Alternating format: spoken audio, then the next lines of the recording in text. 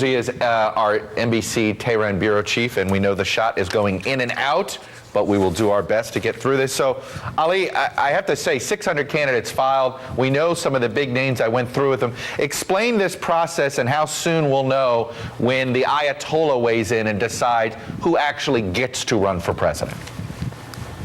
Well, Chuck, essentially in Iranian politics, anybody who's Iranian and is a nationalist and is religious, believes in the religious credentials of the Islamic Republic, is allowed to run. But as you said, there's a very strict vetting system by a guardian council made up of 6 clerics and 6 jurists who will vet the names, and ultimately no more than 4 or 5 people will really be able to participate in the election slated for June 14th. The guardian council is deliberating now, and they have up until the 26th of May to decide who they'll allow to run in this election. Up until the last day, not even the last moments of registration on Saturday, this election looked like it was going to pass largely without incident or fanfare. I am curious, so when you saw the Rafsanjani news, Ali, I mean, was that sort of the most shocking of them all, or also in conjunction with the vice president deciding not to do it? And if Rafsanjani ends up being allowed to run, does he end up becoming the front runner? Does he end up becoming the most popular, the most populous candidate in a country right now that's feeling a lot of economic anxiety? That's certainly true. Rafsanjani threw everything in a spin when he showed.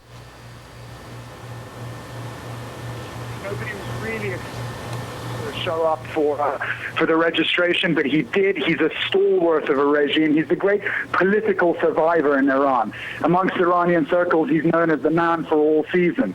He was president for 8 years, speaker of the parliament, and he's also known as a kingmaker. He was essential in Ayatollah Ali Khamenei becoming the supreme leader 25 years ago. And he seems to have a lot of popular support in the country. People think that he may be able to revive the economy. He may be able to mend foreign policy fences, which have been certainly on a very rocky road over the last 8 years. He's seen as a pragmatist, but he is also at odds with the supreme leader. Over the last few days, candidates very close to the supreme leader have accused him of abandoning the supreme leader during the last set of elections and supporting the Green movement.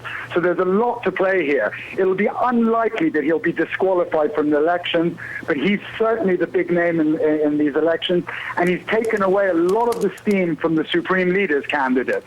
So this looks like it'll be a 2-horse race between Ahmadinejad's guy Mashai and the man for all seasons, Rafsanjani. Chuck? And I assume the United States will not try to say much about who they prefer, but is it safe to say, is Rafsanjani the guy that the United States would most likely be able to have some sort of relationship versus Ahmadinejad's guy?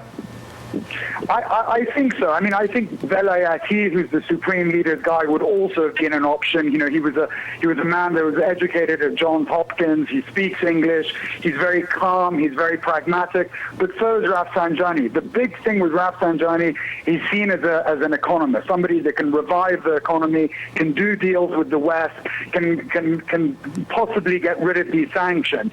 He wants to open up commerce in Iran. He doesn't want it just to be in the hands of business. He wants other people to be involved, which may open doors with the West and make it easier to negotiate with him. This is a guy who knows how to revive economy, how to make oil sales go up. He was credited largely with bringing the country back after the Iran-Iraq war. Tehran was in a terrible state in 1988, and he got the city and the country back on its feet, and that's what people are hoping he'll be able to do, as well as mending foreign relations fences. All right, Ali Arouzi, our Tehran bureau chief. Well done there, switching from the camera to the phone. We did it almost seamlessly, all to make sure we had uninterrupted connection with you. Thank you. We'll be checking back in. It's going to be a wild month for Iran politics. Secrets and scandals in Washington. The gaggle will be here next, but first, the White House soup of the day. Herbs, Swiss chard, and feta. Anything is better with feta.